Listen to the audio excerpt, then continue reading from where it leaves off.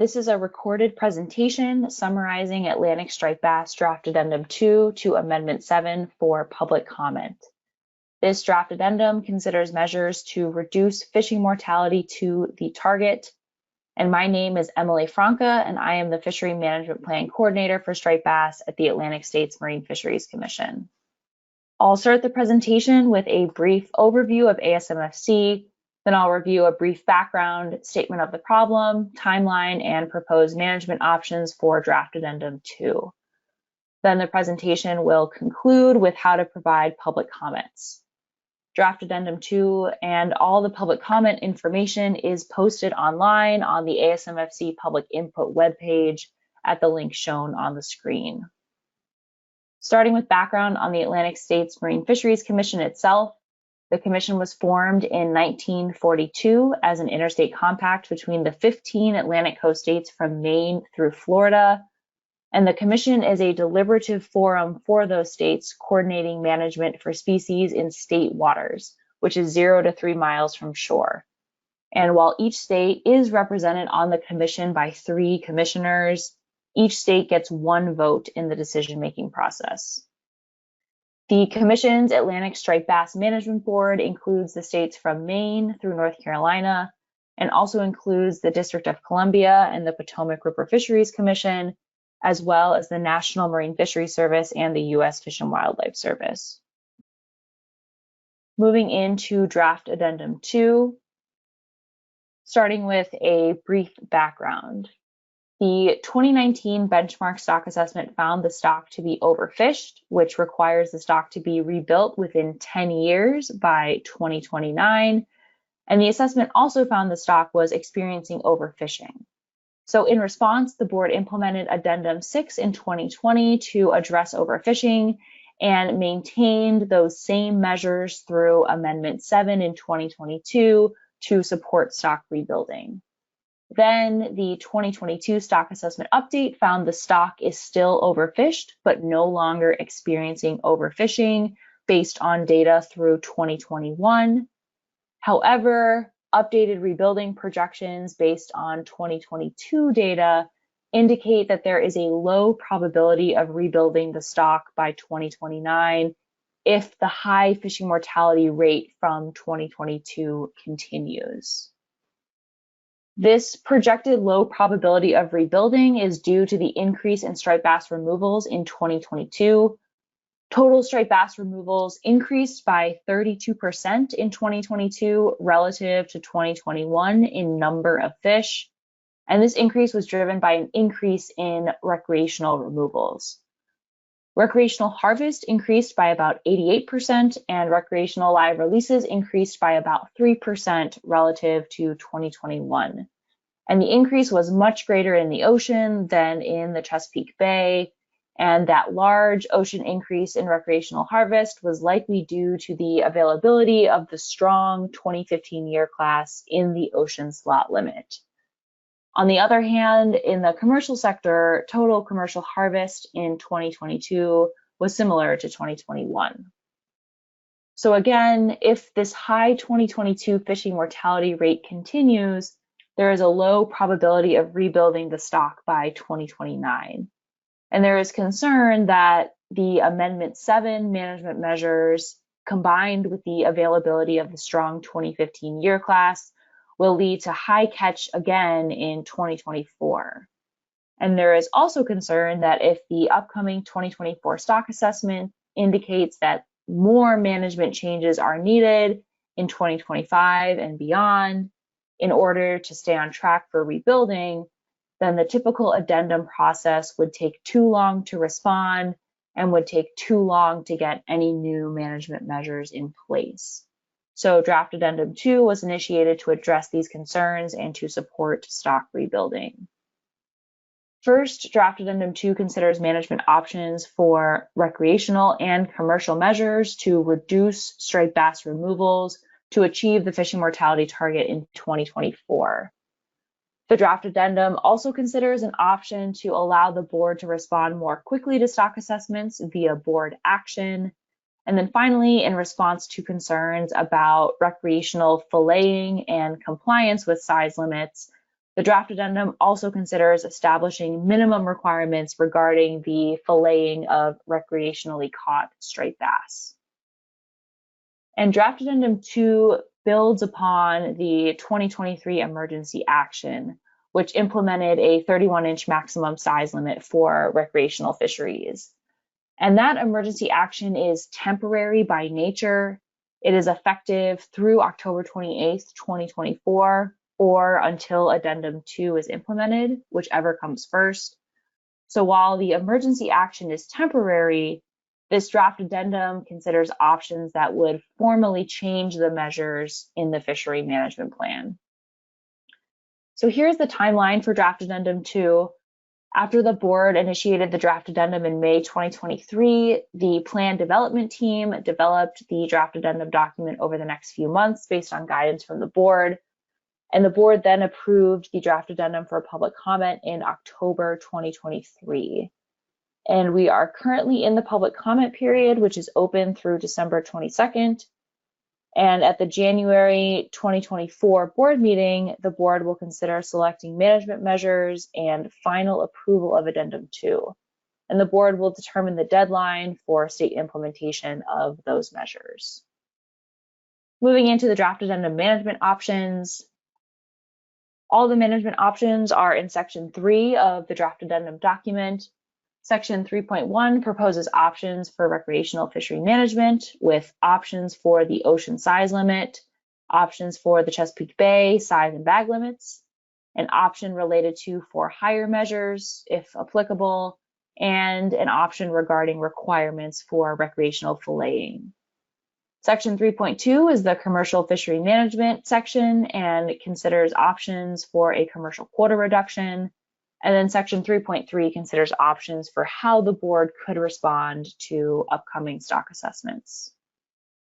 Regarding the reduction in striped bass removals, projections indicate that a 14.5% reduction from the 2022 level of removals is needed to achieve the fishing mortality target in 2024.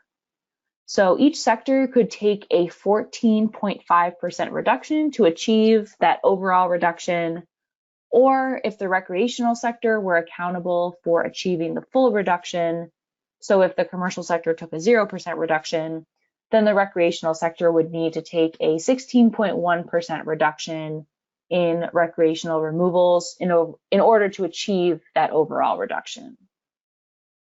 So starting with the recreational fishery, the recreational options are designed to reduce recreational harvest towards the goal of achieving that fishing mortality target.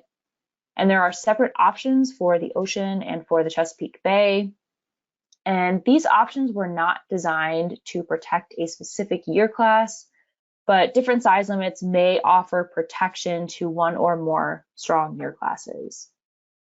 And the range of recreational options includes options with different measures for private vessels and shore anglers as compared to the for hire modes.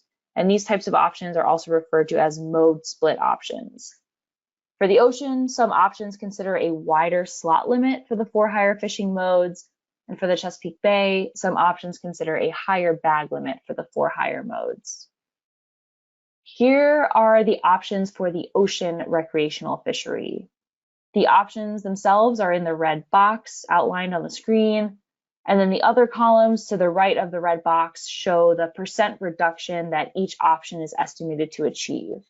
And it also shows how that percent reduction breaks down by the change in harvest and the change in release mortality. So all of these options would reduce harvest, but they are estimated to increase release mortality since these options would narrow the slot limit. So option A is status quo for the ocean, which is one fish at 28 to less than 35 inches for all modes with 2017 season dates. And for the status quo, any previously approved CE programs could continue. All the other options, options B through E, propose changing the slot's maximum size, and some options also change the slot's minimum size. And all of these other options maintain that same one fish bag limit, and these alternative options would have the same season dates as 2022. So option B is a 28 to 31 inch slot for all modes. Option C is that same 28 to 31 inch slot for private vessels and shore anglers, but would allow a wider slot of 28 to 33 inches for the for-hire modes. Options B and C are estimated to reduce removals by about 14%. Option D is a 30 to 33 inch slot for all modes. Option E would be that 30 to 33 inch slot for private and shore modes, but would allow a wider slot of 28 to 33 inches for the for-hire modes. Options D and E are estimated to reduce removals by about 12.8%. And note that any new size limit would also apply to the Chesapeake Bay spring trophy fishery because the spring trophy fishery is managed as part of the ocean fishery. Next, here are the Chesapeake Bay recreational options. Again, the options themselves are in the red box, and the other columns to the right show the overall reduction estimated for each option and the breakdown into the reduction in harvest and the estimated increase in release mortality. So option A, the status quo for the Chesapeake Bay, is one fish at an 18-inch minimum size limit with 2017 season dates, and any approved CE programs could continue. All the alternative Chesapeake Bay options, B and C, propose implementing a bay-wide slot limit, which would achieve a consistent size limit across the bay. And all of these alternative options would maintain the same 2022 season dates. So options B1 through B4 propose a one fish bag limit for all modes with different slot limit options. So B1 would be a 19 to 23 inch slot, B2 would be a 19 to 24 inch slot, B3 would be a 19 to 25 inch slot, and B4 would be a 19 to 26 inch slot. And the estimated reduction for options B1 through B4 ranges from about 22% for that narrowest slot option to about 10% for that widest slot option. The option C category also proposes a bay-wide slot limit, but the option C category does include different bag limits for different modes. So option C1 would be a 19 to 23 inch slot limit, and private vessels and shore anglers would have a one fish bag limit, while the for-hire modes would have an increased two fish bag limit. Option C2 would be a 19 to 24 inch slot with those same mode-specific bag limits, one fish for private vessels and shore anglers, and two fish for hire. And these category C options range from about an 18% reduction to an 11% reduction. And if a recreational mode split option is selected for the ocean or the Chesapeake Bay, then the board would determine whether they want to clarify how those measures would apply to individuals on for-hire trips. Option A is the status quo, where there is no requirement in the ASMFC Interstate Fishery Management Plan on how for-hire measures would apply to individuals on for-hire trips. On the other hand, option B would add a clarification to the management plan specifying that for-hire management measures apply only to patrons during a for-hire trip, and that the captain and crew during a for-hire trip are subject to the private vessel and shore angler limits. So the next set of recreational options considers the filleting of recreationally caught striped bass. And there is some concern that state allowances for at-sea or shoreside filleting could make it easier for non-compliance to occur, especially if racks are not required to be retained or if there aren't specified minimum or maximum fillet lengths. In particular, enforcement with maximum size limits may be more challenging when filleting is allowed. So having some minimum requirements in place for states that do allow filleting would increase compliance. The status quo option A is that there is no requirement in the ASMFC Interstate Fishery Management Plan related to at-sea or shoreside filleting. So it's currently up to the states whether they want to set any guardrails or requirements around filleting. The alternative, option B, would establish minimum requirements for states that do choose to allow at-sea or shoreside filleting of striped bass. So those requirements would include that racks must be retained, the skin must be left intact, and possession would be limited to no more than 2 fillets per legal fish. And states should also consider including language about when and where racks may be disposed of. So moving on to the commercial sector, the draft addendum proposes implementing a commercial quota reduction to reduce commercial harvest towards the goal of achieving the fishing mortality target. It is important to note that quota reductions are not designed to protect any specific year classes. It is also important to note that a reduction in quota does not always translate into the same reduction in harvest. So quota underages tend to occur each year for a variety of reasons. So a future reduction in quota may not result in decreased harvest. However, in 2022, many states with active commercial fisheries, particularly in the ocean, did fully utilize their quota. So a quota reduction in this addendum may have more of an impact on those states than previous reductions had. So option A for the commercial sector is status quo. Commercial fisheries will continue to be managed by their Amendment 7 quotas and size limits, and existing CE programs could continue. The alternative, option B, is that commercial quotas would be reduced by up to 14.5% from their 2022 quota levels with their 2022 size limits. So the board would specify the exact percent reduction to be any number between 0 and 14.5%.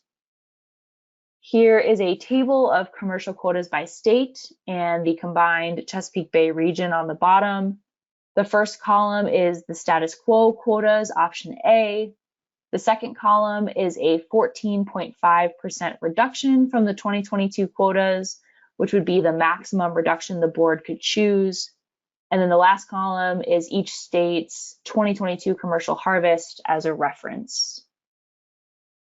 And then finally, the last set of options is about how the board could respond to upcoming stock assessments. So if an upcoming stock assessment prior to the rebuilding deadline indicates that the stock is not projected to rebuild by 2029, there are 2 possible mechanisms the board could use to respond. Option A is the status quo, where the board would initiate an addendum or an amendment to change management measures. So this is the typical management process at the commission that includes a public comment period with public hearings and an opportunity to submit written comments. And then based on typical stock assessment timing and how long the addendum process usually takes, any new management measures would likely not be implemented until 2 years after the assessment. The alternative process, option B, would allow the board to respond more quickly via board action, which would change management measures by the board voting to pass a motion at a board meeting instead of developing an addendum. So for this faster process, public comment could still be provided during the board meeting per the commission's usual guidelines for public comments, and public comment could also be provided in writing prior to the board meeting for inclusion in the board's meeting materials. So this option would allow for a more expedited response to assessments, and this would enable new measures to be implemented shortly after an assessment. That concludes the management options under consideration. These final slides provide information on how to submit public comment on Draft Addendum 2. So Draft Addendum 2, again, is posted online on the ASMFC Public Input webpage at the link shown on the screen. One way to provide comments is to participate at a public hearing. There are currently 13 public hearings scheduled for November and December 2023. Some hearings are in person, some are webinar only, and some are a hybrid format. All the hearing details are posted on the ASMFC calendar webpage. The link is on the screen here. And there are some states that may also schedule additional hearings, and any additional hearings will be posted on the ASMFC calendar when those details are available. There are 4 hearings in the month of November, shown here on the screen. There are currently 4 hearings scheduled during the first week of December, shown here on the screen. There are currently 3 hearings scheduled during the second week of December, shown here. And finally, there are currently 2 hearings scheduled during the third week of December, shown here. For more information on attending a public hearing and how to register, you can visit the online ASMFC calendar, or you can contact me, Emily Franca, the FMP coordinator, at efranca@asmfc.org. And you can submit written comments until 11:59 p.m. on Friday, December 2nd, 2023. You can submit written comments via email by sending them to comments@asmfc.org using the subject line Striped Bass Draft Addendum 2. Or you can send written comments via mail to the address listed on the screen. And all of this information is listed on the ASMFC website and listed in the Draft Addendum 2 document itself.